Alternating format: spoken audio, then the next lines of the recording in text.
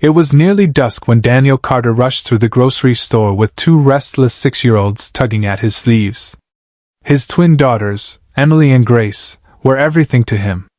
After his wife's passing 3 years ago, Daniel had been juggling 2 jobs, cleaning offices at night and working as a mechanic during the day, just to keep the lights on and food on the table. But tonight was different. His manager had asked him to cover an unexpected night shift. The problem? He couldn't leave the girls alone. Scrolling through his phone, desperate, Daniel stumbled across an ad for a local babysitter. With no other choice, he dialed. A soft, warm voice answered. Within an hour, the doorbell rang. Standing there was a young woman in simple jeans and a sweater. She introduced herself as Anna.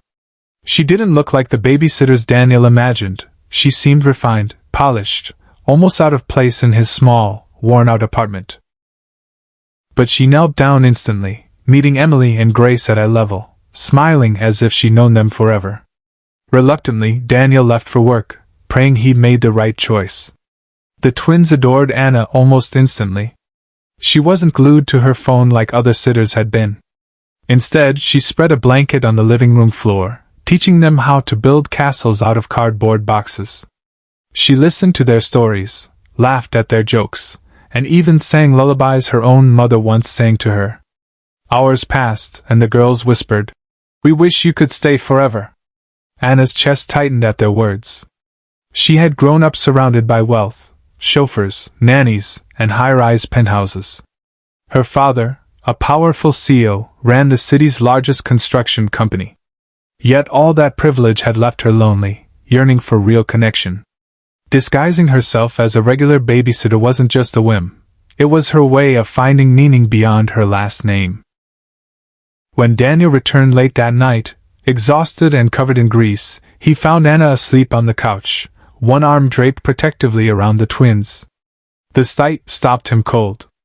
No sitter had ever gone this far. He quietly draped a blanket over her shoulders, whispering a soft thank you. Over the next weeks, Anna kept returning. Sometimes she brought homemade cookies. Other times, she helped Emily with her school project or braided Grace's hair before bedtime. She never accepted more than the modest babysitting fee Daniel offered, though she could see he often struggled to count out the bills. Still, she stayed. One evening, disaster struck. Daniel's landlord arrived unannounced, furious about late rent. His voice echoed through the hallway, threatening eviction. Emily and Grace clung to Anna's arms, terrified. Anna stepped forward. Calmly but firmly, she defended Daniel, pointing out his consistent efforts, his long hours, and the fact that he was raising 2 little girls entirely on his own. The landlord sneered but finally stormed off, muttering under his breath. Daniel's eyes welled up. "Why would you stand up for me like that? You barely know us." Anna only smiled softly. "Because kindness is the least we owe each other in this world."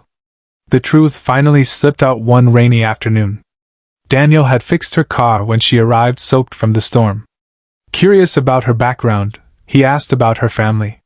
She hesitated, then admitted. Her father was none other than Charles Whitmore, the CEO whose name was plastered on skyscrapers across the city. Daniel nearly dropped his wrench. Why would you ever do this? Babysitting for a mechanic who can barely make rent?" Her answer was simple. "Because here I feel human. I feel like I belong." A week later, Daniel was summoned to the headquarters of Whitmore Enterprises. Confused and nervous, he brought Emily and Grace along. To his shock, Charles Whitmore himself was waiting. Anna had told him everything, about the twins, about Daniel's resilience, about the night she found something she'd been searching for, a family. Charles studied Daniel for a long moment before offering a handshake. "You've raised your daughters with strength and love. I want to help ensure they never go without again." Daniel's throat tightened. For the first time in years, he felt the crushing weight on his shoulders begin to lift. And standing beside him, Anna smiled, not as a CEO's daughter, not as someone out of his world, but as a friend who had chosen to stay.